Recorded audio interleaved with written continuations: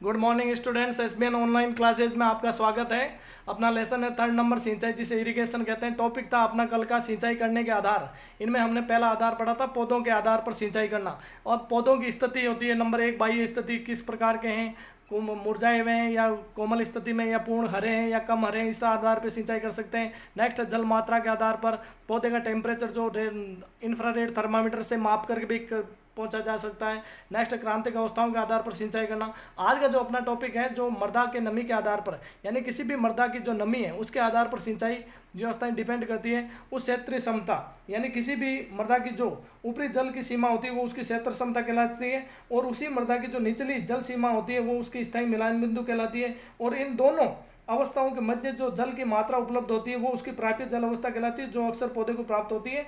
और इसमें किसी भी मृदा में उसकी नमी वाष्पीकरण और वाष्पोत्सर्जन के कारण धीरे धीरे कम होती जाती है और स्थायी मिलान बिंदु की अवस्थाएं आने लगती है, और पौधे की वृद्धि पर प्रतिकूल प्रभाव पड़ता है। इस कारण से उसमें बार बार सिंचाई की आवश्यकताएं होती है।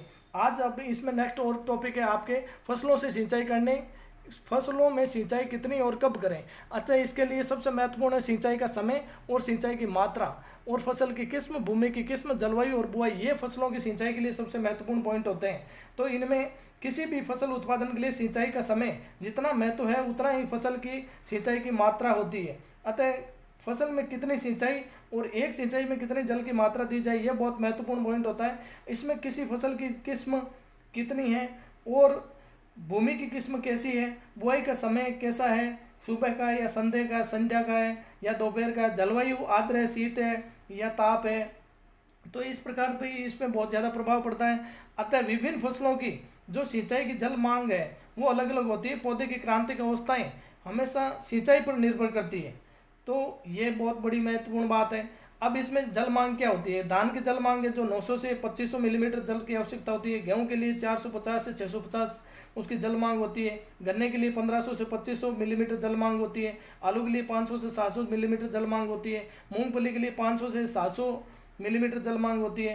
कपास के लिए 700 से 1300 मिलीमीटर जल मांग होती है। सोयाबीन के लिए 450 से 700 मिलीमीटर जल मांग होती है। मक्का के लिए 500 से 800 मिलीमीटर जल मांग होती है। तो ये जो जल मांग होती है उसको सिंचाई के समय और सिंचाई की कितनी मात्रा है वो इसके आधार पर निर्धारित होती है। अब है सिंचाई की विधियाँ। सिंचाई की विधियाँ 4 प्रकार की होती है, जिनमें पहली है पृष्ठीय, नंबर 2 है अधोभूमि, और नंबर 3 है बौछारी, और नंबर 4 है बूंद बूंद। तो आइए आज अध्ययन करें पृष्ठीय विधियाँ, यानी कि सिंचाई की पृष्ठीय विधियाँ भी 3 प्रकार की बताई गई है। एक चौकेबार द्रोणी सिंचाई विधि। इसमें क्या होता है, ये एक तो सबसे प्राचीन काल से प्रचलित विधि है, और इस विधि में खेत को एक समतलीकरण करके उसे वर्गाकार और आयताकार क्यारियों में विभाजित किया जाता है। उस कार्यों को चौकेबार कहा जाता है। अतः ढाल के अनुसार क्यारियों में जल का प्रवाह नालियाँ बनाई जाती है और उनमें चौकेबार के अनुसार पानी भरा जाता है, यानी कि कुल मिलाकर के ये एक समतलीकरण भूमि विधि है।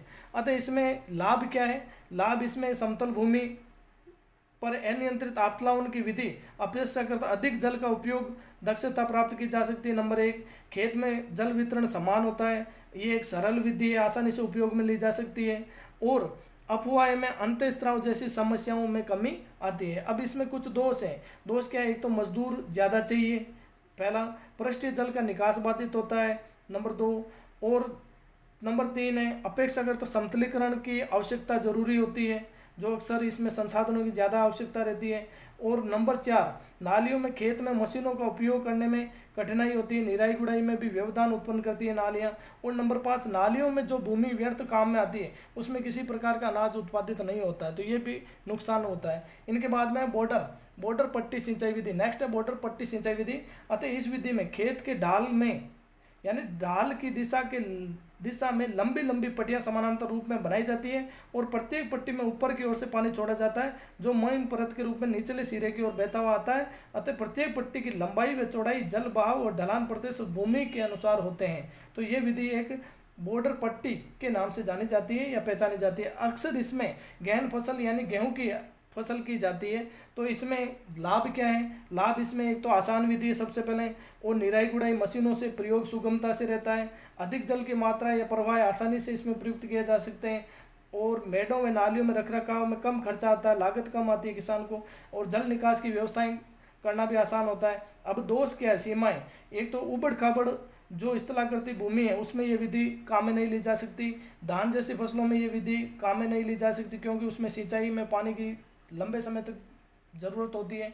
और नेक्स्ट है, इसमें बॉर्डर की संपूर्ण चौड़ाई एक समान जल प्रवाह के लिए कठिन होती है।